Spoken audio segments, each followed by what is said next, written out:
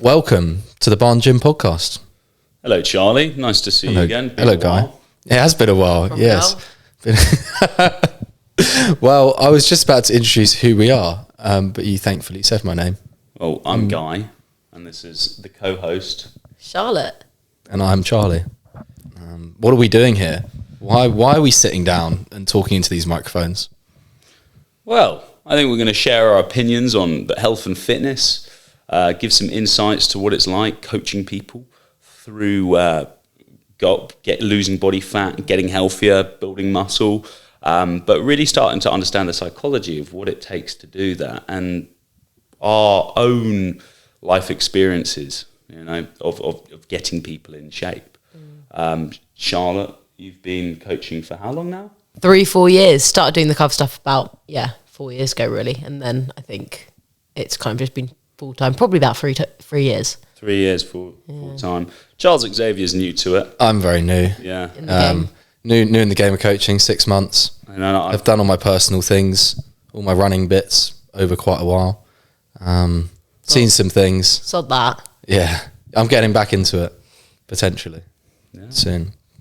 Okay, so Charlotte, you've been doing it 3 or 4 years, which means that you have seen the New Year's cycle 3 or 4 times. Oh, already. yeah. Because this podcast is really, get released before the new year hits. It's the end of 2025, getting into 2026. And what does it look like January for you as a coach and Guy in the gym, owning a gym and seeing people come in? We'll start off with you, Charlotte. What is the process, people's mindset? What does everyone tell themselves when January comes around? Well, it's always that kind of new year, new me mindset, isn't it? And I think as a coach, you do definitely identify a pattern in the new year. We always know January is going to be a hectic, busy month. And then people tend to maintain, their consistency at coming to the gym for a couple of months, and then it starts to kind of fall off by about March time, and then again picks up towards summer and then falls off. There's like a kind of pattern every year. But there are some people who will come in and they'll give themselves, like an achievable goal, and they will say throughout the whole year, they're going to be the ones that make the most progress. But yeah, I think Guy will be able to speak a bit more on it. Having ran the gym for 5 years now and done PT for 8, you just kind of get more and more experience of people dipping in and out of motivation. And I was going over it with a couple of my clients and some people in the community the other day of what makes someone stick to their goals. And so much of the time we have people come to us and they say, I have a goal, how do I do it? And working out that how, as a personal trainer, and it's easy. You can identify their lifestyle, see where they're going wrong, fix it, boom. The formula is the easy part. It's the consistency to stick with it, which is the hard part. So what you notice is the people who stick with their program or their plan are individuals who have strong enough reason why they're doing it. So let's say I have Bill and Ben, and they've joined in January. Bill and Ben, the flower pot man, right? Bill just comes in. He says, "Guy, I want to lose a few pounds," and I'm like, "Okay, cool. Why do you want to do that?" "Oh, I just want to look better." Okay, so I know Bill is probably not going to stick to it. Where on the other hand, I got Ben who comes in. He's like, "God, I've just gone through a nasty divorce. I really want to improve myself. I need to get my confidence up again. I just don't feel my normal self. This is something I want to kind of stick to long term. I really want to work on improving myself." It's blatantly obvious who's going to stick with it and stick with it for a long time and stay consistent. So what is the case with that? It's the why and it's the reason behind it. And everyone does have a reason why they go to the gym or a reason why they start exercise or start a diet plan. But they are not familiar with it and they haven't done any kind of introspective thought to why am I going to the gym today? And what is that burning underlying reason why for me to kind of show up each week? So if someone can identify that and write it down and actually see the reason why they want to turn up, and that's going to be way more inspiring than I just want to shed a few pounds. And that's something which we're going to do this year with all our members is just kind of get them to identify what their goals are and the purpose behind them. And it would be interesting to kind of see how that affects churn in the gym, rather than people just starting and then giving up a few weeks down the line. So that's for me what I kind of notice why people kind of stay on longer term is that desire and the reason why behind it, rather than just kind of wanting superficial goals just to look better. They want that revenge body. You know what I mean? Yeah. Is it also possible? You know, you got Bill. Yeah. He doesn't have a strong why, but do you need things to happen to you externally for you to have that drive? Like, is it necessarily that you have to go through a period of turmoil or tough bit in life to then be able to stick to stuff, or are there other ways that you can create goals or make sure that you are being consistent? Definitely other ways as well. I think there's other ways, but I think if you look deep enough, there is always a pain point, and people don't look deep enough, right? Because you could have childhood trauma, which has made you insecure about your body, and it's been 20 years since then, and there's still that there, and you want to lose weight, but you don't know the root cause. So if you look deep enough and peel layers back, it can sometimes end up to be you being bullied at school as like a 45-year-old Little Jimmy bloke in the playground called you chubby. Exactly. So it's just finding, and so if the trauma's more recent, it's so fresh, you know why. But when it's way back in the past, it's quite difficult to get that relation. So that's why it's good to kind of have that reflection on, okay, well, why am I insecure? Or why do I want to look better? Oh, I want to look better to look, good in front of for new partners, but why do I want that? It's like you can keep peeling back layers, and then it sometimes it's always related with childhood, or this feeling of never being your true self or reaching your full potential. So once you kind of get to that pain point, that's all the inspiration you'll ever really need. We've also had quite a lot of kind of more middle-aged newer members coming in because they've seen studies about kind of bone mass density and trying to maintain strength through that and like protect their body for kind of longevity as well, which I think a lot of them now, it's good for them to kind of see that, because I've noticed a lot of people coming in with that reason. And I think that's a really good positive reason, as well as, the aesthetic ones, like functionality and kind of like building up strength for longevity is a great one, because it just keeps you going. It's not like, I don't look shredded. Yeah. That can kind of develop a bit of an all or nothing mentality, whereas the ones that are like more for how their body's moving and, I want to be strong so I can still play around my kids in the garden and stuff like that, I think those are really nice reasons. And we're seeing more and more of that as well, which is a nice little pattern coming through.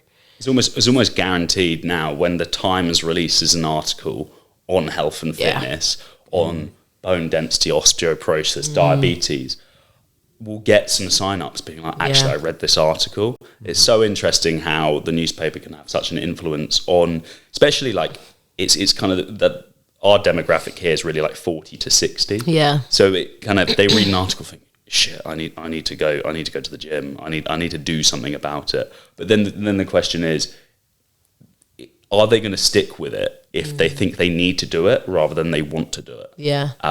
Some people can just like push themselves through. No, I need to do this. I need to do it for my health.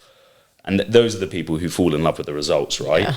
Yeah. They don't necessarily like the process. And then you've got the other, that's 80% of people. And then you've got the other 20% of people who love the process, and the results are kind of the outcome of the process. So, and that's probably us three, right? Yeah. We all love the process, and then we get the rewards for it, of the results. Whereas most people we coach, right, they don't like the process.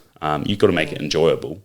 Yeah. So they try and stick to it, and they somewhat enjoy it, but they're just here for the results. Some of them will have like a misconception of training as well. They'll come to us and be like, I hate repetitive like reps and sets and stuff, and our job is to kind of make those sessions as enjoyable and kind of filled with variety as possible. And that's another reason they end up staying, because they find a form of movement that they enjoy doing.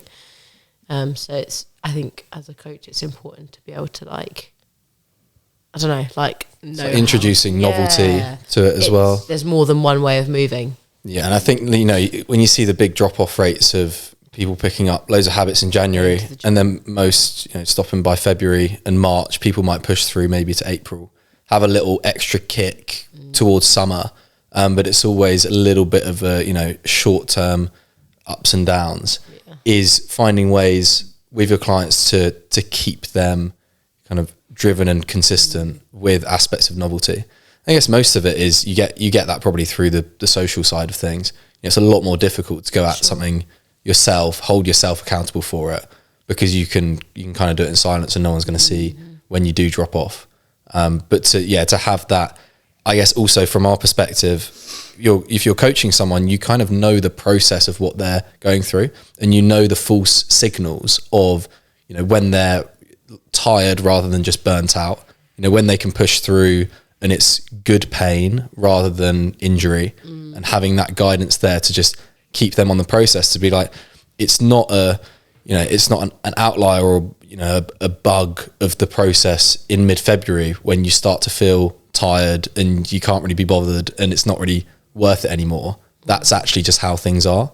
And being able to, I was thinking a lot over the weekend about how important just like awareness is, and having awareness at the start, before you go and create a goal, there's got to be some awareness of what your life is like at the moment, whether it be a bit of information that you've seen in the newspaper, content online, someone close to you that is much stronger or much weaker, not able to do the stuff, and it gives you that reminder, that push that you do or don't want to be like that person, and the awareness kind of kicks it off. And for me, I kind of thought about what awareness is, and it's more so, it's simply for me, it's being able to notice at what part of the process you are when going through it, and knowing, whether it's in the session or in week to week or month to month, to say, okay, this is just the hard bit, like to get through that, or this is the demotivation stage. This is the New Year's resolution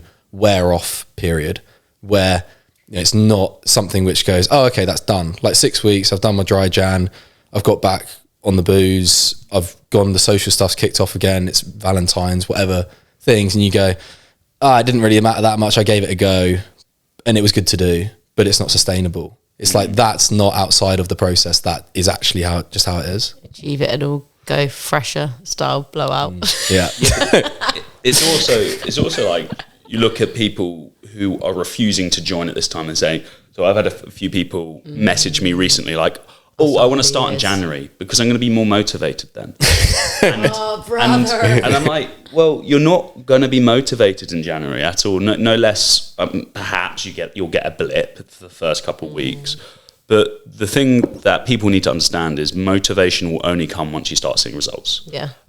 Prior to that, you're not going to feel inspired. You're not going to feel motivated.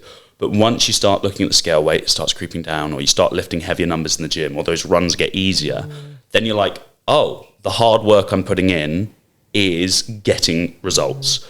And then you're going to get motivated. But until you see that initial progress, are you going to be inspired to continue? Probably not. So I've really gone through it with coaching over the years, where I know that for a fact.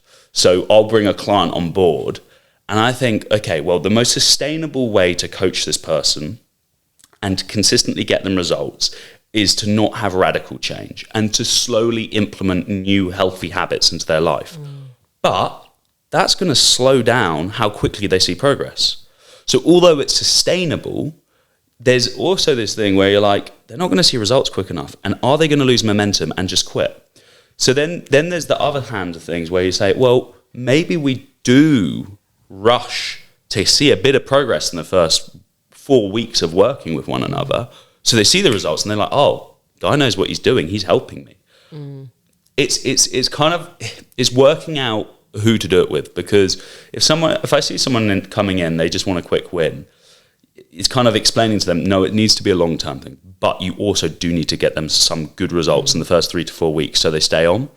So it's explaining that to your client, because you want to be upfront, but at the same time, it's perhaps not the best approach, but it's the mentality of people. If we just went slow at the start, they're going to think, no, fuck this gym. I don't want this. Because It's the they'll same always results as they've always had, kind of thing. Yeah. and also you'll have other people promising quick results. Yeah. Exactly. And I guess that is the, you know, it's the reality of the process of being like, okay, at a, you know, individual level, we know that it takes time, but then let's say, Guy, from like a business perspective, who are you competing against in the New Year's, you know, resolution, marketing, all this stuff? So how do you balance Morally. being realistic? Like you say, you know, there's getting people the results quickly, which sometimes will just happen naturally because of how people will lose weight when they go onto a new diet or change their eating habits. Yeah. How do you, you know, play the game of New Year's marketing within a gym, but then also staying true to your values as a coach? Being honest, isn't it, really? There has to be a level of honesty there, because it's for me, if I had a consultation with someone, they came in and I know they were looking for a quick result, you're like, you have to be honest. You say, look, I'm going to push you in the first month so you see the results, because I know that's what you want to see. And I want to prove to you that I can do that. Yeah. Then after that, I'm going to slow it right down, because it needs to be something. It needs to be a lifestyle change forever, rather than a 12-week program. Like 12-week programs don't work. You get a quick win. You're over restrictive. It's unrealistic to stay long term. Sure, you might lose 10 pounds or 12 pounds in 12 weeks, whatever it might be. But then after that, it's like, what's next? And there needs to be habitual changes going on in their life for them to get lasting results. If that's not happening, it's just they're going to be stuck in this yo-yo cycle of going up in weight, down in weight, up in weight, down in weight. No diet ever works for me. No training ever works. I can't lose weight. It's impossible. My metabolism's broken. Like, no, you don't have a broken metabolism. You have just a problem with staying consistent, and that's the bottom line. So, and I've seen it year after year after year. People truly think there's something wrong with them. They think they're broken. Oh, I can't be fixed. Yeah, you can. Just you need to stay consistent with something for years. Like, it needs to be a long-term lifestyle goal. Yeah. You can't just expect to go to the gym for 3 weeks and be healthy. I mean, what is that actually going to do for you? You need to look at your diet. You need to look at your recovery. You need to look at stress management. You need to look at the environment you're in. You also need to look at training. Yes, you need to look at your sleep. All these factors make a healthy person. Just going to the gym 3 days a week for 3 months. Think about the amount of hours in a week. It's like 3 hours in a week isn't going to make 168 hours in the week. Yeah, exactly. Yeah, you can't do that with just an afternoon of drinking and eating. Reverse the progress you made through the week. I've ate terribly this week. I'm going to have one salad and it's going to make everything better. Yeah. Hey, guy, I eat sourdough and eggs at breakfast and have a salad for lunch, and then I have a small dinner. Oh, okay, what do you have for dinner? Oh, I just have some cheese on crackers and then a couple glasses of wine. And then a pizza. And some nuts. And I'm like, oh, okay, that's quite calorie-dense food. And you're also drinking alcohol at night, so that's messing up your sleep, probably messing up your hormones too. Your sleep quality's lowering. You're going to have more cravings. You're going to have less energy. It's just like, it's such simple changes. And do you track your oils? Yeah. Do you track your food on the weekend? Yeah. Oh, yeah, on the weekends. I go out. Yeah, I go out. I drink all the time. I eat out. I don't know. So it's like, it's all good being disciplined in the day, but you can mess it all up at night and on the weekends. So it's sometimes getting through to people that they're not as healthy as they think. Oh, I eat a healthy diet. Oh, really? Can you explain that to me? And sometimes it is healthy. And the problem is a lot of health foods are healthy fats and they just consume way too much of it. So it's getting through to people that they might not be as healthy as they might think, and not kind of like saying, you are wrong, listen to me, because that's the wrong strategy, because it's a bit too aggressive, but just showing them the way without putting them off. Yeah. And that can sometimes be difficult for some people because they like to think they're right and they know better. But it's finding strategies to kind of comfortably put people into new training programs and introduce these habits into their life. And they're only going to have trust in you once you got them results. Before that, they don't trust you, no matter what they think. You might be able to, hey, here's results we got before, here's some transformation photos, here's some testimonials. It's a little bit of trust, but until they see those results themselves, They don't trust you really. Yeah. So it's kind of weighing those up at the start of the new year. Charlotte, anything to add on that? I think Guy summarised that pretty well, to be honest. I have the same kind of, what's the word? Perspective. Perspective, that's one. Perspective. I was going to say mindset, but that's not wrong. Perspective, yeah, perspective with it. And I guess with the identity shift, because that is when you if you were to read Atomic Habits by James Clear, one of the massive things about building habits is changing your identity around those habits. So it's not just about doing the things that get the results, it's being the person that does the things that gets the results. Yeah. Are there any questions that you would give advice to for someone that wants to make that shift, but there's always a lot of pushback against the previous identity that you've had? If you've had experiences with personal trainers or diets that haven't worked, and obviously those are going to confirm your beliefs that making these changes, you can do it for a few weeks, and then after 6 weeks, then it all falls apart and you go back to baseline. Or you see stuff in the news which saying that 90% of diets fail, and then you put on more weight afterwards. You see stuff like that.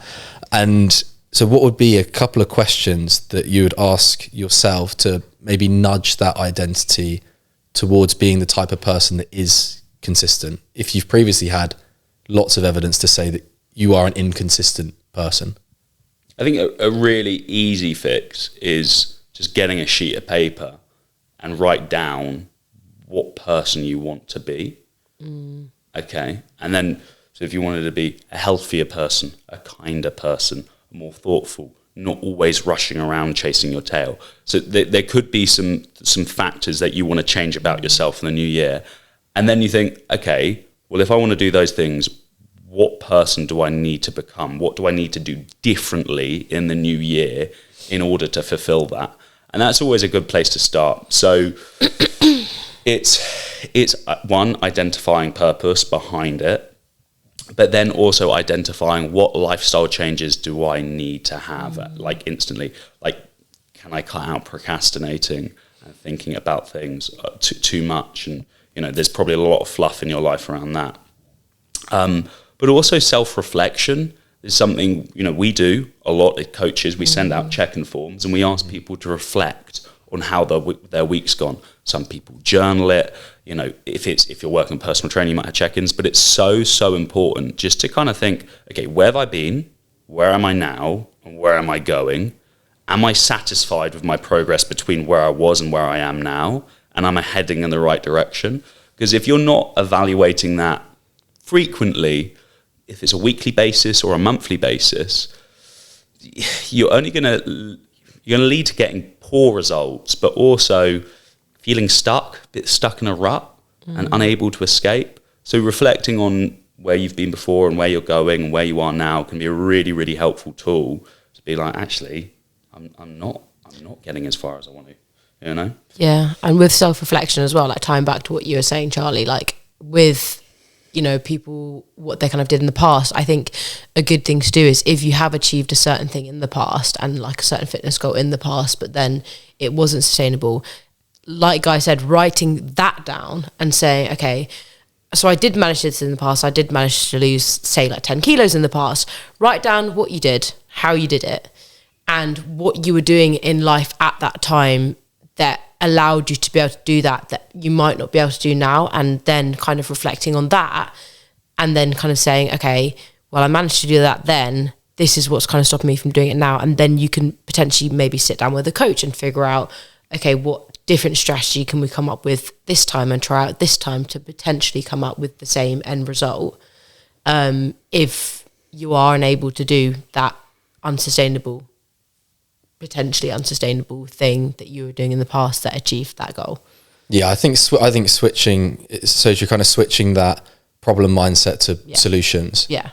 And again, looking back at the evidence that you've had in the past of bits that has worked or things that haven't worked. I mean, you can go either way, especially with like role models.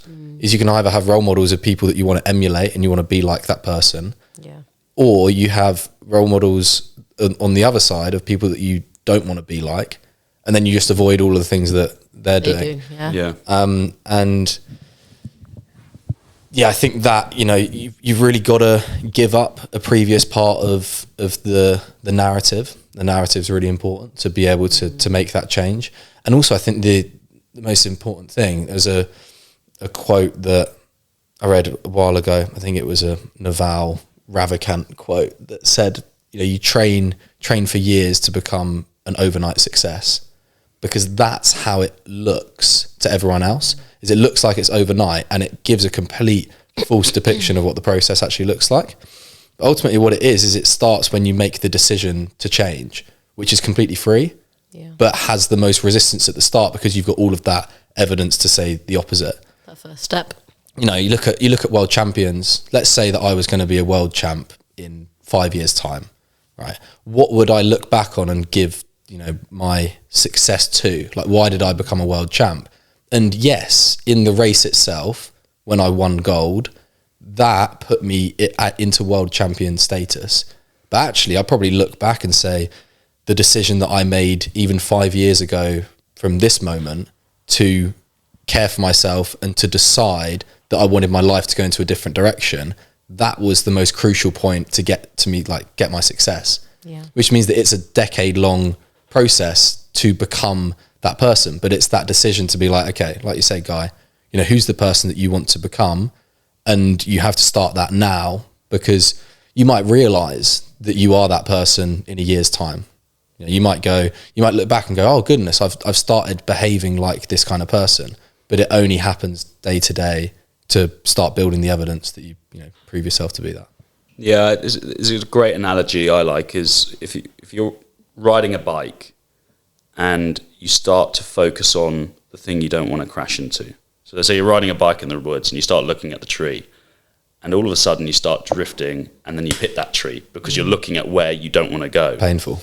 And ouch. But when you're riding a bike through the woods, you focus on the trail. You only focus on the path, and sure enough, you won't crash. Yeah. And if you look towards where you don't want to go and focus on the things you don't want to do, sometimes you start to do those things. So if you only focus on your goals and the path, you will stay on track. The moment you start deviating and look at them and think, oh, I shouldn't do that, you start to do those things. So it's I quite like that little analogy of on the bike, but always kind of focus on where you want to go rather than focusing on don't focus on the negatives and where you don't want to go. And that's a really, really helpful tool, because it's not the path you want to choose if you want success toward your goals, if you're constantly focusing on the things there and the place you don't want to be. Stop identifying your weaknesses and think about your strengths. Can I expand on your analogy? Because I think that it's really it's so important to look at the confirmation of where you're going, your direction. And actually, if you do, let's say you come off track and you go and knock into a tree, even still at that point, it is so important. It's not just about staying on track. You might fall off, but it's about getting on track as quickly as possible. And again, like, even though you've gone into a tree, you're not going to sit there for ages blaming the tree, for causing you to go off track, or your direction, or someone else shouting out in the woods, or a bird making a noise or something like that. Is still your attention is best directed to look back on the path and to go, okay, how can I get back on there as quickly as possible? After, isn't it? And it's letting go of those deviations and saying, okay, again, let's just reset, go back to the present and be like, yes, there is a value in not letting things go too quickly enough that you just disregard all the negative things that you've done, and just to beg for forgiveness straight away. Like the weekend, you drink too much and you're like, oh, it's in the past, it's fine. Like sometimes you need to let that sit and to be like, okay, I need to remind myself that when the weekend comes around again, that's going to be the result. Put myself in the after position and be like, I don't want to feel like that on a Sunday morning. But at the same time, you've got to think, okay, what can I control here? Where is my attention best spent to get myself to, those goals? Because there's loads of stuff that's kind of battling for our attention nowadays, which makes it so much more difficult to hold that agency and that being able to just get back on the bike and steer where we're going. I think it's the most important thing is to get back on as quickly as possible. Oh, for sure. That's what I always say to clients when they're like in the check-in forms, what do you need help with coming around Christmas? It's like, just maintaining how I'm going to navigate all these Christmas parties. And I always say, it's what you do after, and it's pre-planning for the week. Say you've got 3 Christmas parties in the week. One of them you can go a bit more all out, but then the other ones, it's what you do after that. If you have gone a bit over the top with that one, okay, well, maybe at the next one, it's diet drinks and vodka. Yeah. And don't have all the beige picky bits. Or, the next day you don't have a McDonald's as your hangover food. You get back on track with the food that you were eating, and get back into the problem is that snowballing effect of that one event constantly, where it's one evening out, but it actually turns in, I've got dinner out tonight, I may as well have a cheeky beer at lunch or a couple of beers at lunch, and then the next day you wake up, I have a fry up, and then I have a takeaway. And then you're ill. And then you're ill again. Sick. And you wonder why you keep getting ill. And then you're eating crap because you're sick, because that's what you're craving. Vicious cycle. Yeah, finding that root cause and going, actually, is the drinks just a couple of 100 calories? Yeah. Or is it just going to... I think it's... Calories turned into 500 calories. Yeah, and this is what I used to think maybe about 4 years ago or so with all of my running training, was that I would be able to get away with so much. Like I'd be able to get away with going on nights out, rocking up to training hungover, get it done. I'd be able to get and when I say, training, I might have been able to get out for, maybe we went to Edinburgh once for, it was just like post-COVID, big night out, 2.5 hours sleep. The guy who didn't come on the night out of us was a local. He dragged us out on a long run up Arthur's Seat, and it was just 2 hours, like 14 miles, and felt horrendous. But like, if I'm just looking at completion, I got it done. It was maybe some of the worst 2 hours of my life. But I think at that point, it pointed me towards the fact that yes, I could get things done, but I'm not getting it done properly. I'm not recovering properly. I'm risking a bit more injury. It's also not enjoyable. It's my brother running the Tunbridge Wells half marathon this year. Really? Went on a big night out and then just ran it so hungover. And you can do it. I mean, exactly. You can, and you'll see reels that might do well, or TikToks of people that will have loads of drinks, get up and do it. Like, it is possible to do it, but then what's the cost afterwards? Yeah. And also, you kind of want to enjoy doing it. Like, you don't want to have a bad taste in your mouth. Like literally. I could have done a bit better. Taste my mouth. Yeah, I've done some gnarly half maras, really hungover, little sleep.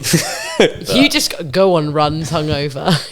I do enjoy a hungover run, but that's more so to get back on track. Yeah. Do you know what I mean? Which we've just been. It's okay. Well, I need to get something done today, which is productive. Yeah.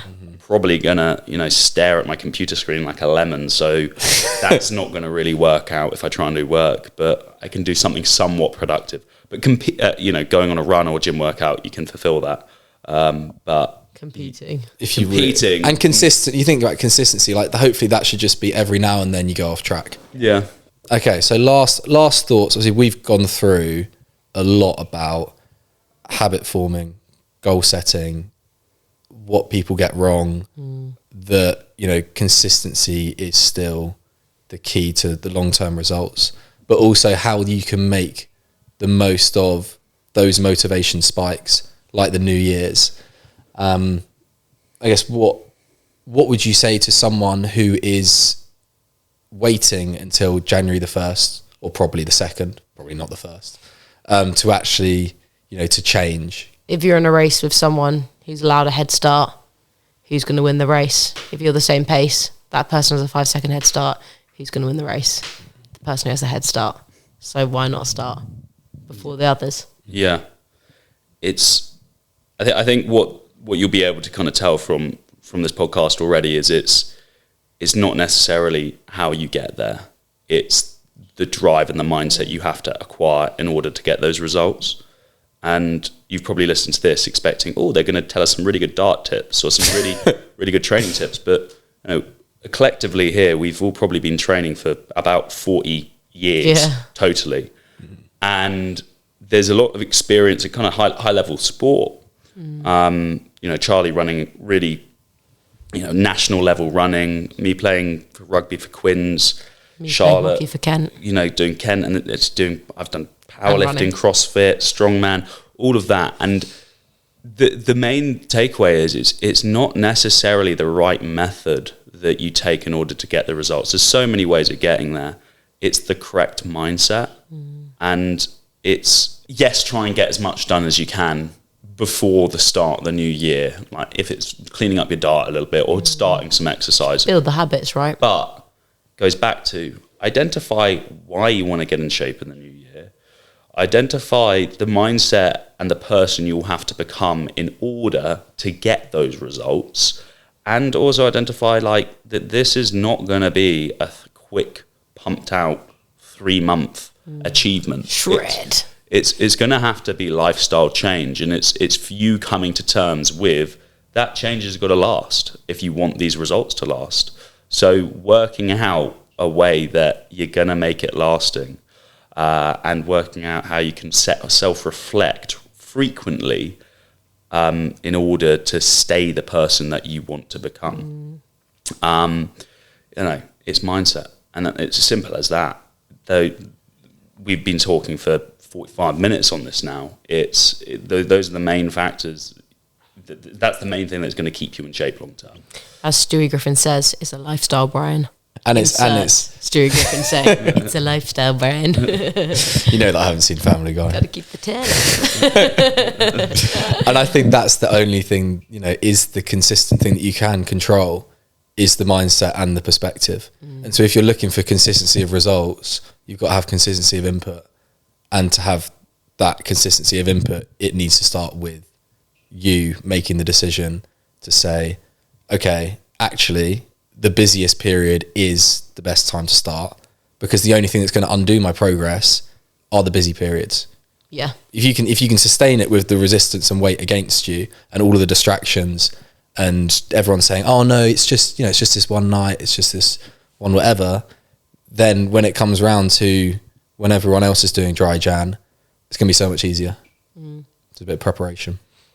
Let the challenge begin. Drop us a subscribe if you enjoyed this video for more podcasts coming out like this. And if you want to follow us on social media, here are our links. And also, if you want to get to know us a little bit better, join our online community in the link in the description. Fantastic. Thank you both. Gosh.